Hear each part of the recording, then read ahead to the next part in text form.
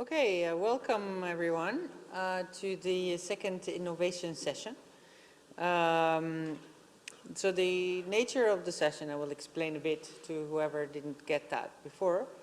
So we first have a set of pitches which are about 3 minutes, can be 2 or 4 or something like that, either using some slides or just a pitch only orally.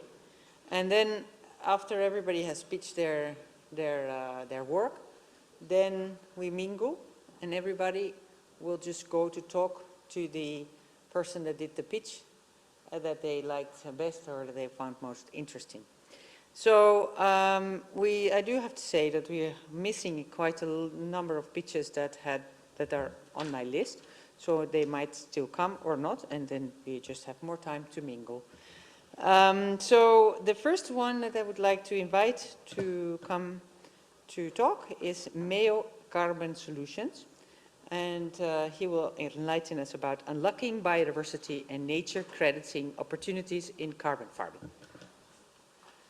Hello, my name is Benedikt Esser, and thank you. Yes, perfect. Today I will speak about our eLife project, Biodiversity, Governance and Performance in the Food Sector. And as you can see, together with our project partners and funding supporters, the aim of the project is to improve biodiversity management in the agri-food sector. And we as Mayo Carbon Solutions, our role focuses on the sensible use of biodiversity credits for insetting programs. And how we want to achieve this: we are analyzing biodiversity crediting schemes, we analyze the market, we look into the integrity criteria for the biodiversity crediting systems. And our findings go for sure with biodiversity credits beyond carbon farming, and we are analyzing how to unlock biodiversity and nature crediting. And within our work we identified the opportunities of biodiversity credits and also co-benefits. For sure, biodiversity credits, the goal or the aim of biodiversity credits is to get private funding for restoration projects. And there is also the possibility to be an alternative to offsetting mechanisms. As an example, from my home country in Germany, there is the EcoPoint system, which is an offsetting scheme, but biodiversity credits and carbon credits can also be used then as insetting. And they can also complement carbon farming projects, so they can also on the one hand serve as co-benefits, as biodiversity co-benefits, but on the other hand there are also possibilities of getting carbon credits and biodiversity credits from within the same project. And also there is the possibility to enhance the corporate sustainability and to use biodiversity credits within your supply chain to reach your sustainability goals. But in our work we also identified some challenges which are currently out there for biodiversity credits. There is first a huge lack of standardization. There are no standardized metrics, no standardized indicators. There is no unit, no standardized baseline for all crediting systems to adhere to. And this creates a huge lack of demand on the market. And also, as I think all of you know, measurement and monitoring for biodiversity is difficult. It's really costly, so this is also one big problem. And without standardized indicators, these measurements and monitoring are not comparable and basically not doable, especially for smallholders. And this also creates concerns regarding the integrity, because lacking standardization and low quality credits are out there on the market, which then leads to also lack of demand and integrity concerns. But there is also hope. There are solutions on the radar. And on the policy side, there can be regulatory demand drivers which incorporate the possibility of using biodiversity credits in policy frameworks, and also to generate maybe more funding out of it. And for sure, I mentioned there is a huge lack of standardization. Standardized units and indicators needs to be set as baseline. And one really good example how this could look in the future are the high-level principles, which has been established by the World Economic Forum and some partners. And these high-level principles are building a basis for integrity criteria where biodiversity crediting schemes should adhere to, and this is comparable to the Integrity Council for the Voluntary Carbon Markets, which established the core carbon principles, and the high-level principles can do the same or has the possibility to be the same baseline framework for biodiversity credits in the future. But going from these technical and theoretical frameworks to the practice, we need to do feasibility assessments, pilot projects are needed, and within this, we as MEO, within this EU Life project are right now searching for feasibility partners, for partners to do pilot projects, and as this is a LIFE-funded program, it is free for farmers, for project developers. So if you are a farmer, project developer, or searching for feasibility possibility, we would be open to talk to you and to create feasibility assessments. Furthermore, credible claims need to be defined to overcome greenwashing, to overcome and prevent double counting. And last but not least, maybe the most important thing here on my slide is the EU Nature Credits Framework, where also today there is again, and tomorrow, the next expert group meeting.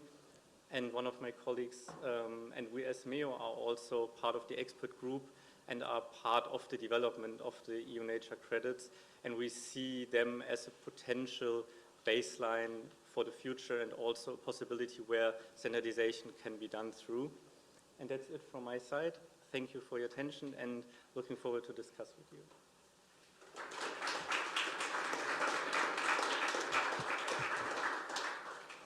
Thank you very much. There I have a set of, did somebody new come in while he was talking that is supposed to be pitching? No? Okay. Did we just go into carbon safe? Scaling measured soil carbon sequestration projects in Bulgaria.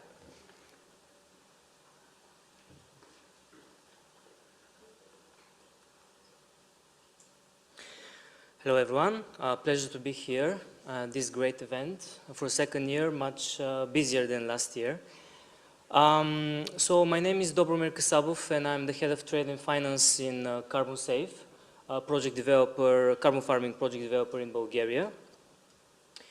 Now let us ask this question, what if every hectare of farmland can become a measurable climate solution? Not modeled, but physically proven. Now, Carbon Safe is a project developer based on regenerative agriculture project developer based on 100% test-retested soil sampling, which results in immediate co-benefits to farmers and physical proof of the carbon credits.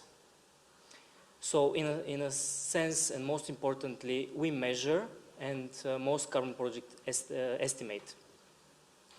So being based on 100% annual physical soil sampling, we actually drill 25 locations in each small fields of around 15 to 20 hectares annually for every plot for every farmer.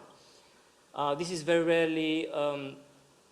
rarely done by project developers, and so we basically focus on science first and credit second.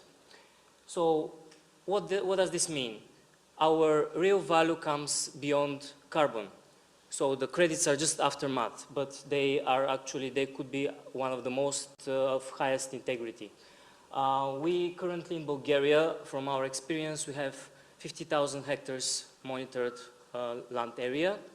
We have 100 farmers enrolled with 99% retention. And we use one of the most innovative methodologies in Eastern Europe.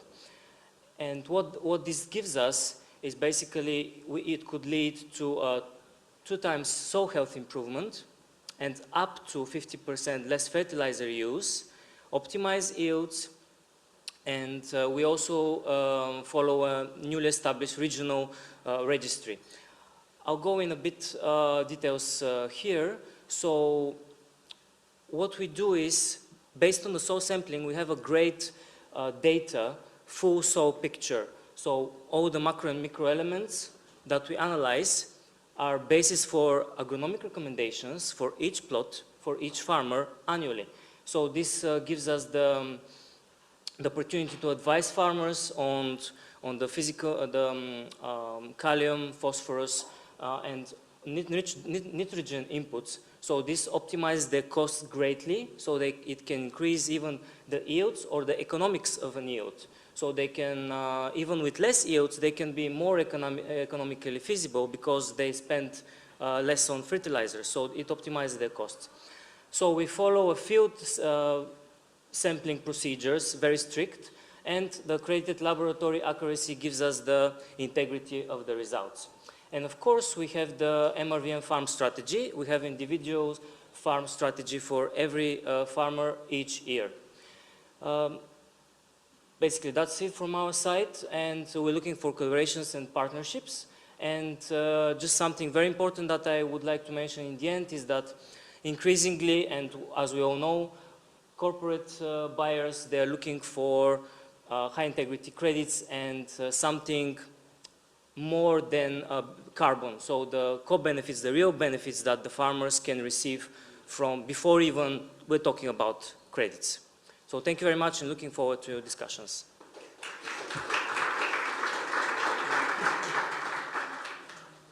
Excellent, thank you. Then our next speaker is from AECO, from Practice to Scale, Lessons and Insights from AECO's peatland restoration.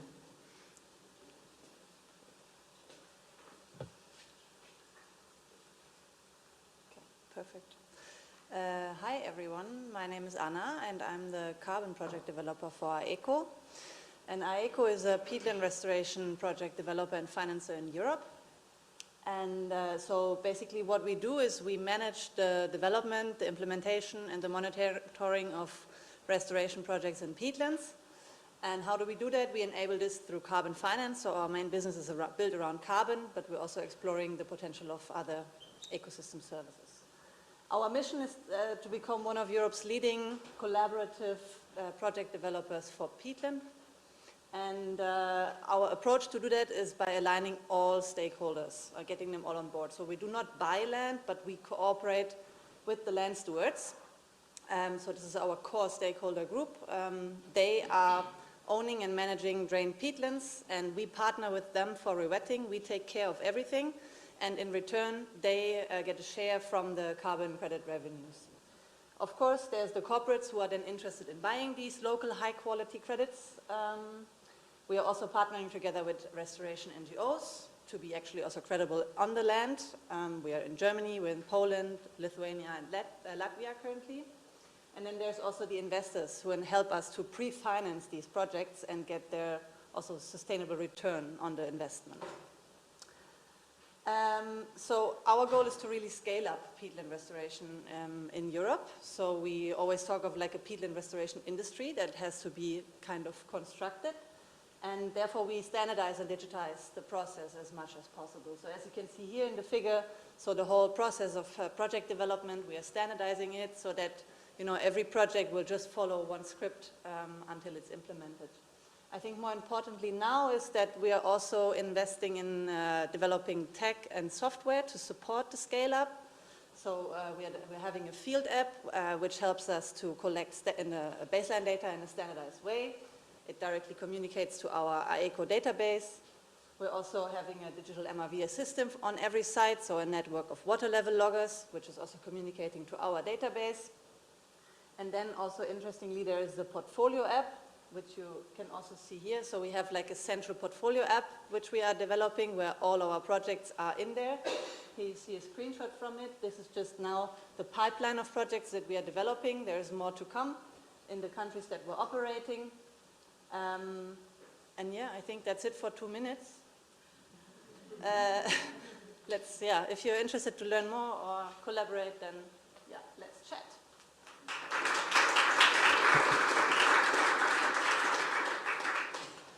Excellent, thank you. Definitely coming by later on. Then our next speaker is from Gallego, turning soil health into climate impact. Please.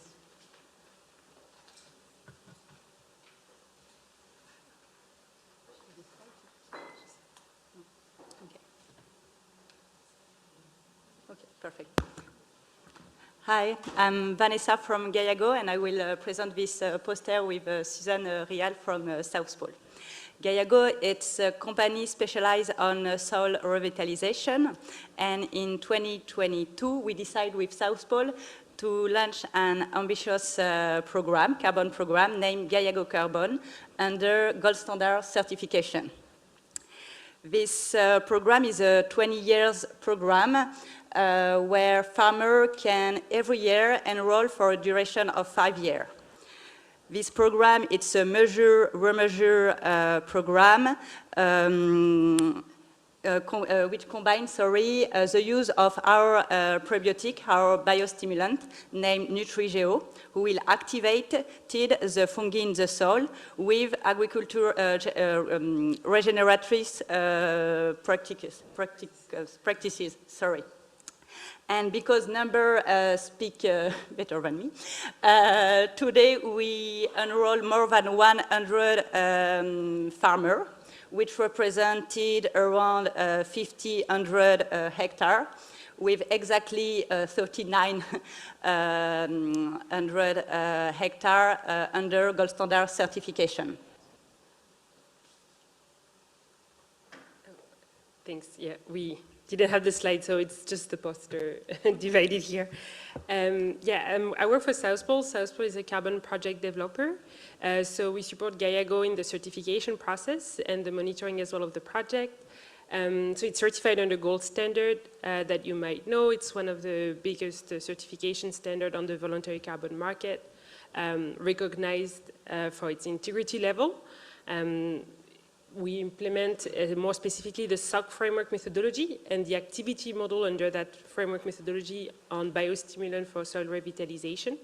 So it's a measure and remeasure approach that will be described afterwards that we applied, but we also have a lot of other aspects and requirements from Gold Standard that we have to comply with, such as the risk management requirements, the SDGs as well. We have to not only identify the co-benefits of the project, but we also have to quantify them and monitor them. So the project started in 2022, but we did the validation process, so the design certification retroactively. We reached that certification last year, which makes the project the first SOC project under Gold Standard, which is design certified. And because it was retroactively done, we are already doing the first verification of the first farmer. So as Vanessa explained, farmers are enrolling progressively. So at the end of the day, we'll have verification happening almost every year from now on. But the first one is happening now. So we actually have the first results that were just audited, and Gold Standard is currently reviewing. So we hope we can issue the first carbon credits in June, hopefully. And at the same time, we want to make sure that this project is also compliant with the CRCF and the carbon farming methodology. For now, based on the draft methodology, is quite encouraging. So it's a good sign for us, and it will also help us to open the project to value chain actors and Scope 3 claims. That's what we really aim for this year and next year. We believe that those type of carbon project and the MRV system that we developed is actually the best foundations for a Scope 3 project to be implemented. And we can, with the structure of Gold Standard, it's what we call a program of activities. So we can basically develop sub-projects under the program of activities that could be specifically targeting value chain and be implemented together with Scope 3 corporates. I hope it was clear, but happy to answer any questions afterwards. Thanks.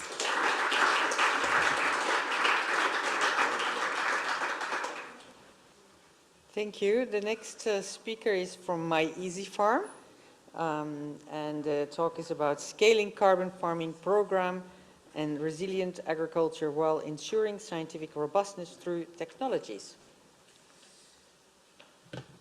Well, hi everyone. So I'm Romain from Gaillago. I'm talking with My Easy Farm Sequana today to introduce a bit more the program we've just talked. So Gaiago Carbon, as Vanessa said, we are a biostimulant company working with Nutrigeo, which is a biosolution, a liquid biostimulant sprayed on the field. We've got contracts with farmers for 5 years, so they spray the biostimulant each year, and then they have, of course, agronomic benefits, so that's the first claim of the product, having a better soil structure, having a better soil biodiversity, and better rooting system, for example, or better crop development. Among those benefits, we've seen also an increase in terms of organic matters, and that's the way it comes to soil organic carbon. What we've seen through this first validation round is 3.1 tons of CO2 equivalent per year, per hectare. So it's interesting results, and it's also what we call cherry on the cake when we think about the agronomic benefits. So I will let Maize Farm and Sequana introduce the role they have in the project, because we want scalability, we need partners to do that, and we need also scientific robustness and quality tools to achieve that. So, yeah, give you the floor. So, yep. Hello everyone, so I'm Guillaume. I'm the head of solution engineering at Maize Farm, and basically Maize Farm, we are a software company. We support carbon farming and regional programs with scalable, let's say, digital infrastructure, digital backbone. And yeah, so basically we had many goals when we started the collaboration with Gaiago, but basically the two main goals were, on one side, to make the data collection and basically help Gaiago to have a scalable program on the field. That's the first goal, because Gaiago is working with a big network of distributors. So at the end, it's a big network of people going, interacting with the farmers, and at the end, collecting and basically interacting with the farmers. The second goal was also to have qualitative data, because for such program, you need to collect a lot of data about the field, the practices, the technical itinerary of the different crops happening every year. And basically, this data is really like the base for the rest of the, let's say, MRV chain. So it was really an important goal to have qualitative data.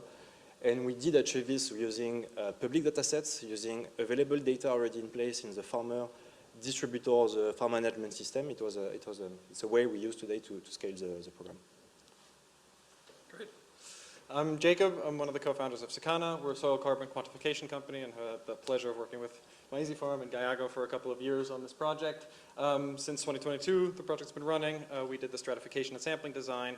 We're also, maybe a little bit of a side note, we're the authors of the Gold Standard SOC Framework methodology updates of last year. So we're very familiar with the methodology, and we're happy to support Gaiago and South Pole and the rest of the project team. Yeah, we use remote sensing and machine learning models powered by 1.2 million soil samples to design stratification plans to properly predict the variance within those strata and determine how many soil samples to take, where to take them, and in some cases how often to take them. And yeah, that's what we did here, and we're excited that these will be the first gold standard SOC credits on the market, and hope that there's many more to come. Thank you.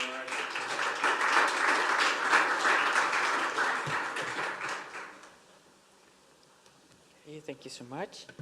And then our next speaker is from AgroSolutions, Field Insights and Uncertainty Management in Carbon Farming Projects, to guide the design of the European CRCF.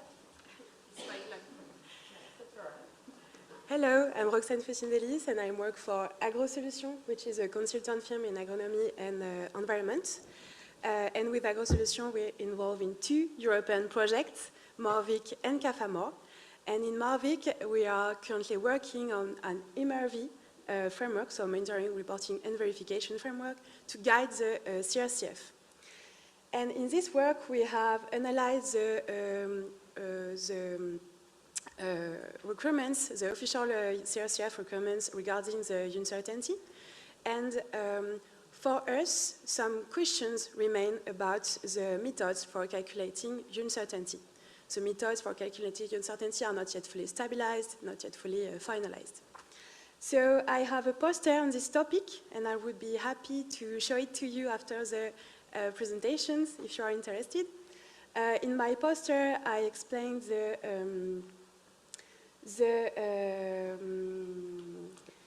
CRCF uncertainty requirement. I also explain the main sources of uncertainty according to our analysis. And as I said, some questions remained about uncertainty in the CRCF. So first one is about the calculation of the uncertainty deduction factor, because when we use the model quantification approach, the CRCF say that we can use Monte Carlo simulations or comparison of model predictions with ground truth measurements. But we don't know exactly what are ground truth measurements. We don't know if it refers to soil measurement at the project level or external data. So it's not yet clearly defined in the CRCF. Another point is about the model verification, because in the CRCF requirements, we can see that in the model-based quantification approach, we must compare model predictions with soil measurements at the end of the project, but we don't know when the model verification is validated. We don't know when model predictions are acceptable. There is no threshold to respect, for example. And finally, in latest CRCF methodology, we can see that we must make a soil analysis even with the model quantification approach. And it can be a challenge for area with higher spatial heterogeneity, because high spatial heterogeneity means more sample, which is costly. So these 3 points are very important for us, because they can affect the carbon farming implementation and the adoption of carbon farming contracts by farmers. So that's it for me. Thank you. And you can see my poster after if you are interested.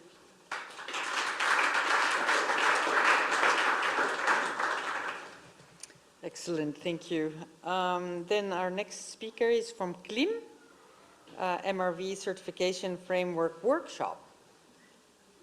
I'm very curious now. Oh no, this was not the work. Sorry, you gave me a new title. It was Data for Calibration and Validation for MRV.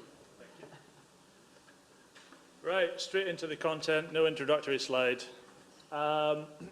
Take your time, because, yeah, okay.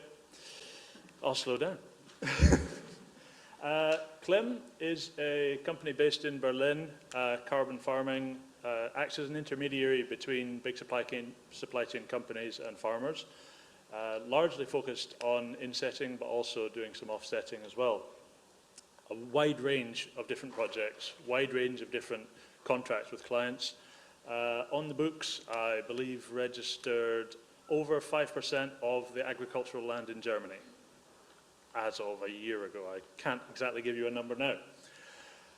So we work with a lot of different companies, but at the core of this is the SOC modeling. And we've talked about SOC modeling a lot, and we've talked about the calibration of data. The calibration and validation, anyone that's done this, and there's a few people in the room that have, 90% of the effort in getting a calibrated model is getting the data that allows you to calibrate the model. It's a horrible amount of work, and we've done a horrible amount of work trying to get this to be done. It's necessary for the error propagation, it's necessary for the calibration, for the validation of the modeling, it's necessary for the reporting. The last presenter had a really interesting slide about the error propagation. That's part of all the things that we need to do. And we need to have data from long-term experiments in order to calibrate and validate our modeling.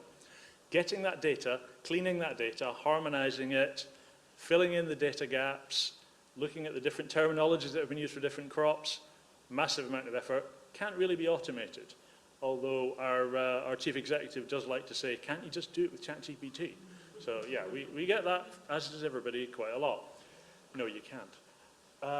So the problem there for us is, for example, we sent emails out to 60 or 70 lead researchers who had carried out long-term experiments across Germany, Poland, Czechia, various countries that we're interested in. We get 3 responses back saying, yes, you can access our data. We then have to start the process of cleaning it all up. a lot of you will be rolling your eyes. You're familiar with this problem. How do I move on? Oh no, that's the wrong way. Going backwards. There we go. So, what are we proposing to do within the community of industry players within this area? There was a really interesting presentation yesterday by Christian Hennig from Parma Robotics. He was talking about a data space and talked about the need for a reference implementation. What I'm specifically interested in is a reference implementation for RegenAg model development, for the underlying process-based modeling that needs all this data that I've just been talking about. So the data privacy, the data access, lots of issues there. Like I say, 60 emails out, only 3 responses to get the data. We need a system where the data stays with the provider so that they are confident in its use and they can provide restrictions to who can use it and how they can use it. So that's the access controls. We need to automate the harmonization. We need to find a way of transforming the data, filling it in, making it accessible, and we need to automate the workflows that allow this data to be accessed so that it can then be used for calibration and validation. So what we're talking about here is we want a discussion about the development of a long-term experiment dataset standard that everyone can use so that everyone across the industry can start sharing this data and working together better so that we're less in competition and more collaboration. Bonus points if you recognize the photographs that I took for my walks around Padova. Thank you very much. Come and speak to me if you're interested.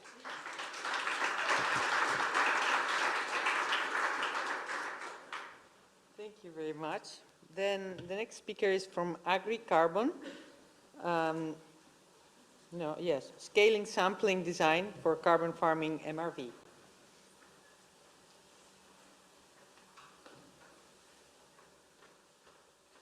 Thank you. Hi everyone. I'm Harry from AgriCarbon. No slides, so just here. Right, so AgriCarbon, right? So we are essentially a soil sampling and analysis company. We have labs in the UK and in the US. So what I'm about to tell you may sound a bit strange or counterintuitive, but we've been sampling the past 5 years, right, across 19 countries. We built a huge database of almost 500,000 SOC samples, right? And analyze more than 30,000 fields. And the one thing that is clear is that we understand that as projects scale, monitoring soil carbon becomes very expensive and very difficult to operate, right? So in many approaches like VM0042, you need soil sampling to initialize models, but when you're dealing with thousands of fields, this can become very costly and very difficult. So there are alternatives like digital soil maps, but in our experience, they tend to underestimate the variability, which leads to high uncertainty. So the key question that we try to address here is, can we reduce the amount of soil sampling while still producing reliable carbon estimates across an entire project?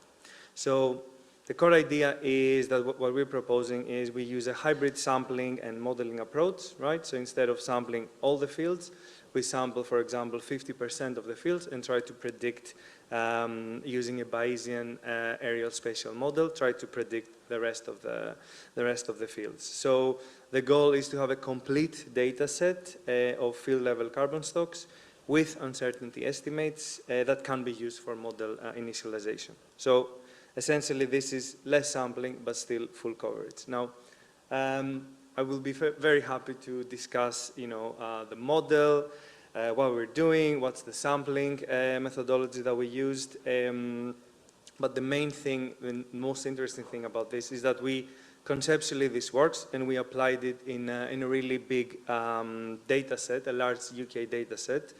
Approximately 170 farms with more than 45,000 cores, right? So it's a fairly realistic scale of a commercial soil carbon project. Now, in terms of results, again, really happy to share this. The model captured most of the spatial variability in carbon stocks. So very interesting to, discuss how we achieve this. But more interesting is the limitation and future work, right? So how do we move forward? What do we need in terms of improving uncertainty estimates, in terms of data fusion approaches, how we look at remote sensing plus sampling as well. So to summarize, we show that it is possible to reduce soil carbon sampling significantly while still producing reliable field level carbon estimates. And this is the kind of like hybrid approach that could make large-scale carbon monitoring much more feasible while maintaining scientific credibility. So I'll be happy to take questions. Thanks.